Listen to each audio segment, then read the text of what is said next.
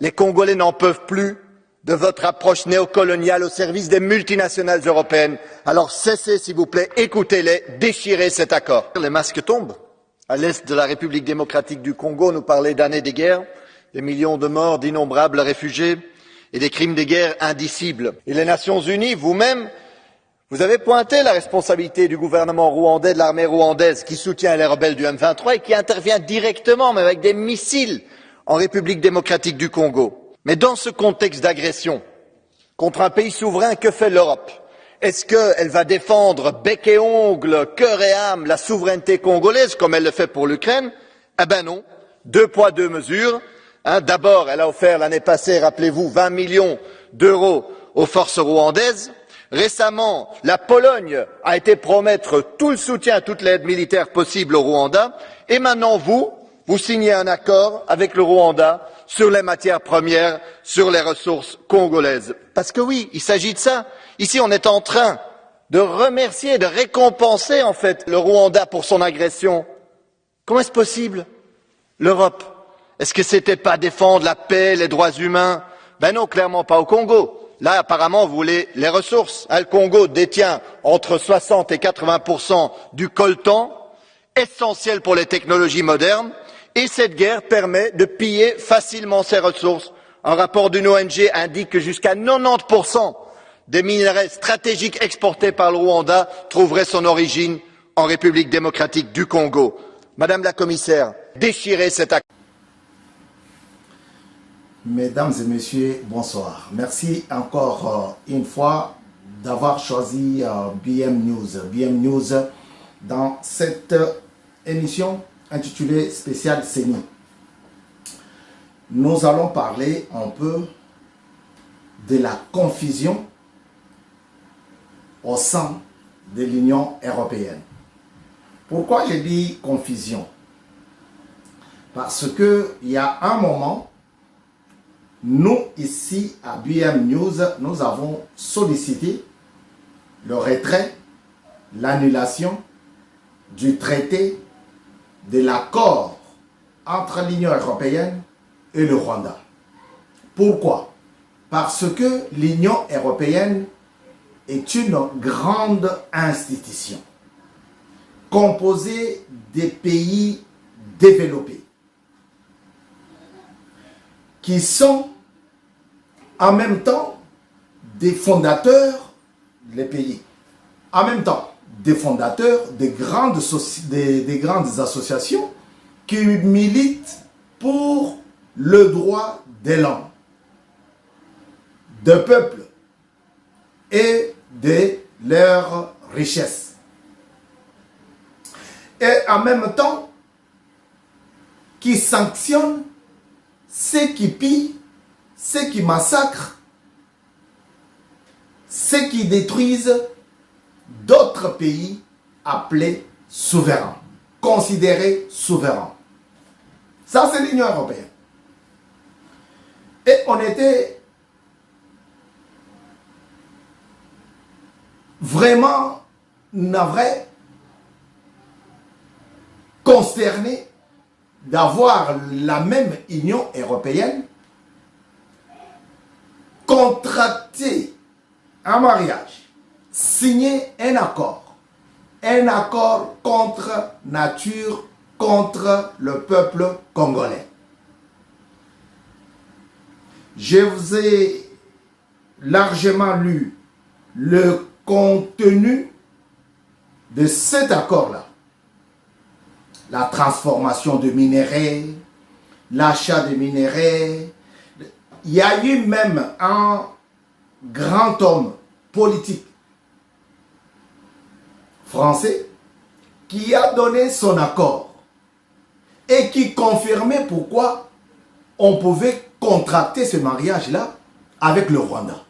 C'est Thierry Breton. Plusieurs années, PDG d'une société de télécommunications. Vous comprenez? Donc, quand il dort, il rêve, il se réveille sur le coltan. Mais il est maintenant député européen. Alors, nous étions consternés et nous avons demandé l'annulation de cet accord-là. Tout le monde a dit c'est un accord contre nature.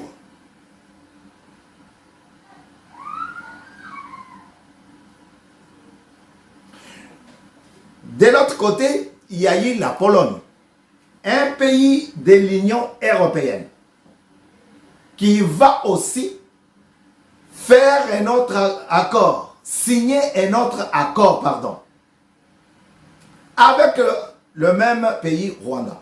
Alors, nous avons dit non, ça c'est une manigance, ça c'est une véritable magouille. L'Union européenne n'a pas seulement voulu faire voir que c'est elle qui a contracté le deux mariages, elle a scindé. Parce que la Pologne ne peut pas dépasser tous les autres 27 pays.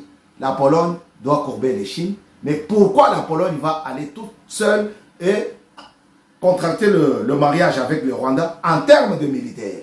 Donc, l'Union européenne était d'accord. L'Union européenne avait ouvert un boulevard contre les massacres, pour le massacre contre les Congolais. Ça, c'était en grosso modo ma façon d'analyser cet accord-là. C'était uniquement pour tuer, pour piller les richesses congolaises, pour voler, pour faire du n'importe quoi dans la République démocratique du Congo, dans son côté est. Je vous prie de lire, mes chers compatriotes. Beaucoup de choses nous passent inaperçues, nous passent dessus de nos têtes, au-dessus de nos têtes, parce que nous ne lisons pas. Je vais vous lire justement les titres de cet ouvrage. Ah, vous voyez bien qu'il est, il est gros, hein? Donc, faites-vous violence de lire. Il y a parfois des choses qui sont racontées dans des livres contre nous, les Congolais. Et nous ne savons pas. Faites-vous violence de lire.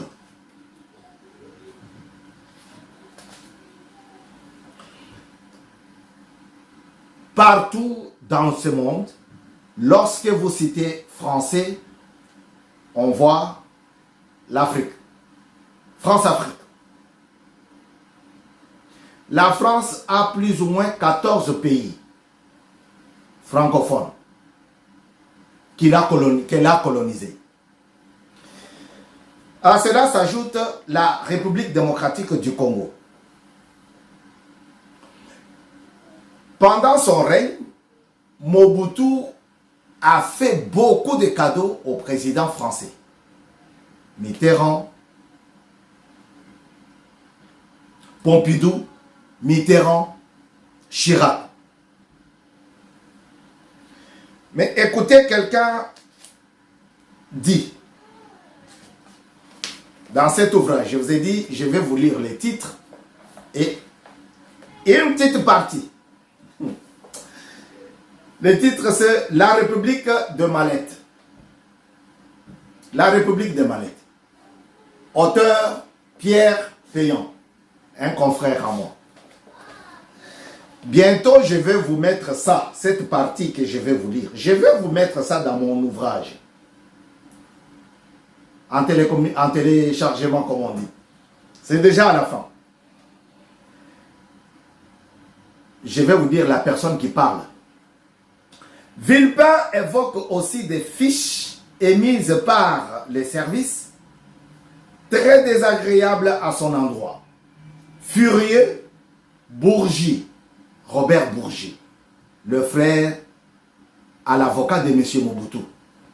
Bourgi récapitule mentalement tous les services qu'il a rendus au Premier ministre au cours des années et il dit aujourd'hui avoir eu envie de lui casser la gueule. C'est Bourgi qui dit, hein. Mais il se contente de lui répondre, depuis 10 ans, vous n'avez pas trouvé que l'argent de Bongo, suivez, depuis 10 ans, vous n'avez pas trouvé que l'argent de Bongo, de Sassou, de Mobutu et d'autres pués. Vous comprenez? Depuis 10 ans, quand vous étiez au travail, quand vous étiez à l'Élysée, comme secrétaire général, M. de Villepin, vous n'avez pas trouvé que l'argent de Bongo, de Sassou et de Mobutu ne puait pas. Hein? Tshisekedi est contre la corruption. Tshisekedi, il est contre la corruption. Quand quelqu'un travaille, laissez-le travailler tranquillement. Est-ce que vous voyez encore le pasteur, le prêtre qui était derrière M. Kadima pour que... est-ce que vous le voyez encore? Il voulait diriger la CENI. Depuis quand? Non, je ne vais pas vous parler de ça. Parce que ça fait l'objet de mon ouvrage. Depuis quand et où dans ce monde, vous avez vu les pasteurs diriger les élections, organiser les élections.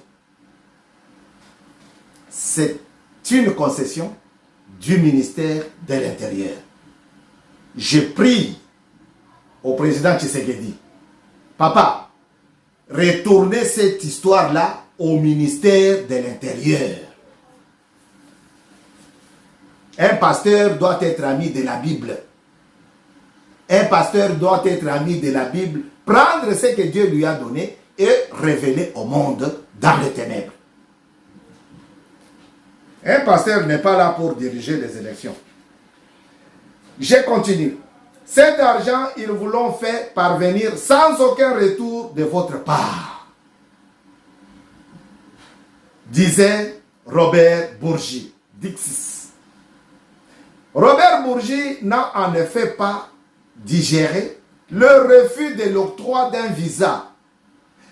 Refus opposé par le secrétaire général de l'Élysée à M. Mobutu, mourant au Maroc, qui demandait à pouvoir venir rendre son dernier souffle en France dans sa propriété du Cap Saint-Martin. En fait, il y a eu un problème. Le problème est entre ces messieurs qui se disaient messieurs d'Afrique et les secrétaires, l'ancien secrétaire à l'Élysée qui était devenu le premier ministre de Chirac. Vous voyez? Son dernier premier ministre. Et il y a eu un problème. Monsieur Bourgi commence à dévoiler tout ce qu'il a mené à l'Élysée. Ça transité par monsieur de Villepin, puisque c'était lui qui fut le secrétaire général de monsieur Chirac. Tout l'argent qu'on t'a donné, ça ne puait pas. Donc, le blanc, c'est la raison pour laquelle j'évoque cet exemple, le blanc, il est là pour consommer ce que toi tu l'amènes. Il ne voit pas que l'Afrique est misérable, l'Afrique n'a rien, l'Afrique est en train de se retrouver. Non! Lui, je vous ai dit que l'homme qui détient la bourse, il connaît le secret de tous les présidents là. De Gbagbo à Lissouba. Tout le monde est cité ici. Tout le monde est cité ici. Alors, laissez Tshisekedi prendre la tête, tordre la tête, pardon, au M23 et leur chef Kagame. On n'a pas un président qui aime le Congo comme ce garçon-là, l'enfant de Maman Marthe. Vous vous en souviendrez, 18 ans à la tête de la RDC, il nous disait qu'il a transporté.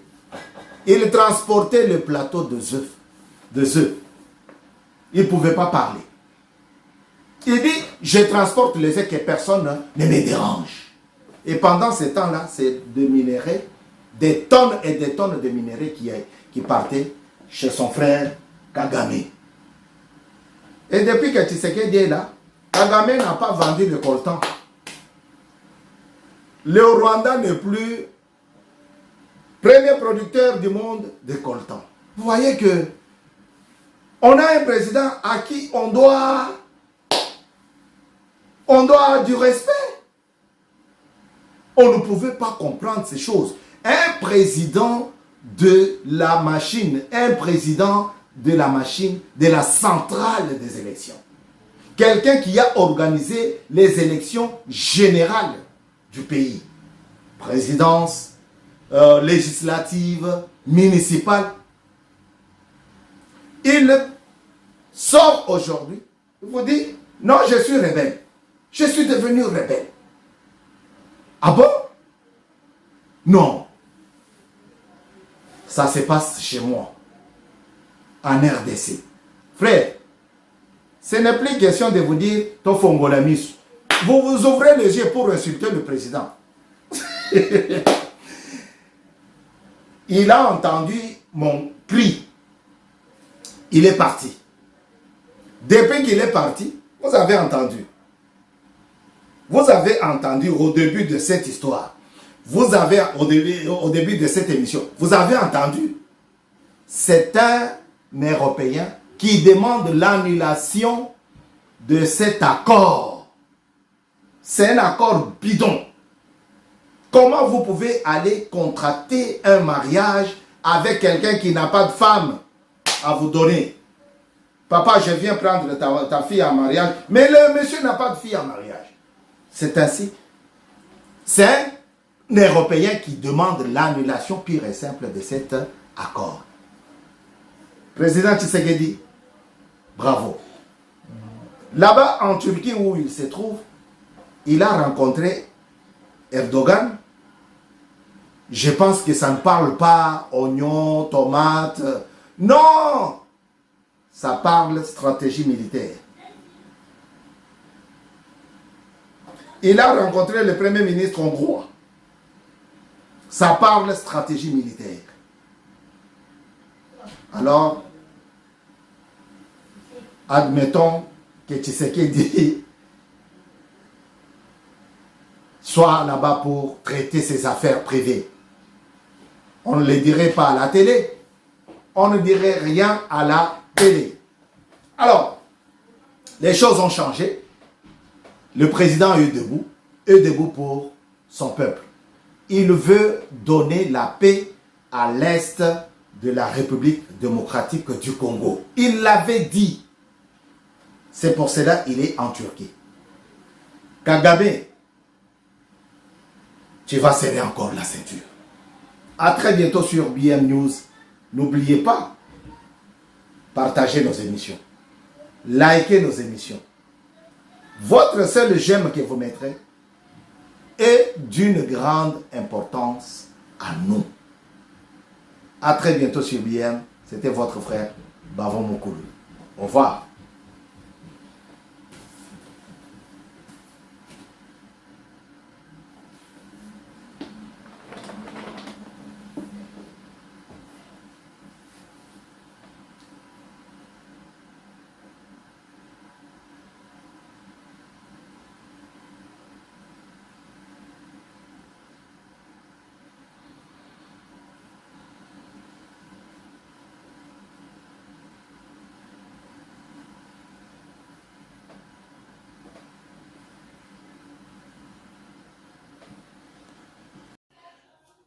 Puisque vous avez compris que ce que nous vous disons est correct, BM News, ça devient l'affaire de tout le monde. Il ne faut pas garder le secret. Faites abonner aussi les autres.